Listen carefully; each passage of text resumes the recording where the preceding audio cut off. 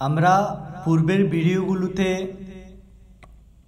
দিব্যচক্ষু দিব্য বিশ্বরূপ সম্পর্কে জানছি,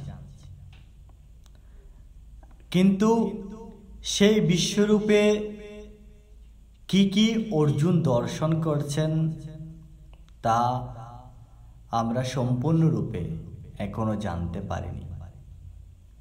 অর্জুন আমাদেরকে সংক্ষিপ্ত আকারে কিছু কিছু বর্ণনা করছিলেন, কারণ অর্জুন দিব্যচক্ষু লাভ করেছিলেন। অর্জুন আমাদের মতো সাধারণ সনাতনী সন্তান হলেও তিনি ঈশ্বরের কৃপা লাভ করেছিলেন। ঈশ্বরের কৃপা লাভ করেছিলেন বলেই তিনি দিব্যচক্ষু প্রাপ্ত হতে সক্ষম হয়েছিলেন, কারণ ঈশ্বর তার ভক্তকে অত্যন্ত ভালোবাসেন।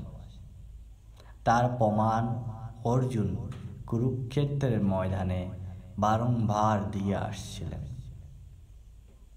যা আমাদের জন্য এক একটি উদাহরণ।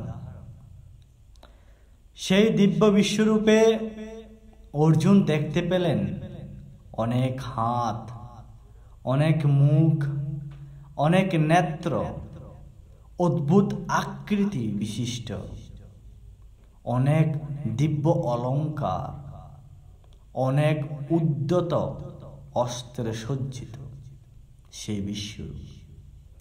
সেই বিশ্বরূপে অর্জুন আরো দেখলেন গীতার 11 অধ্যায়ের 11 নম্বর শ্লোক।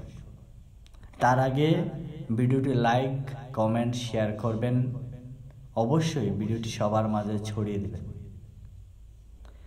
দিব্য মাল্যম বরধরম দিব্য গন্ধা নুলেপনম সর্বশর্য ময়ং দেব মনন্তং বিশ্বতো মুখম।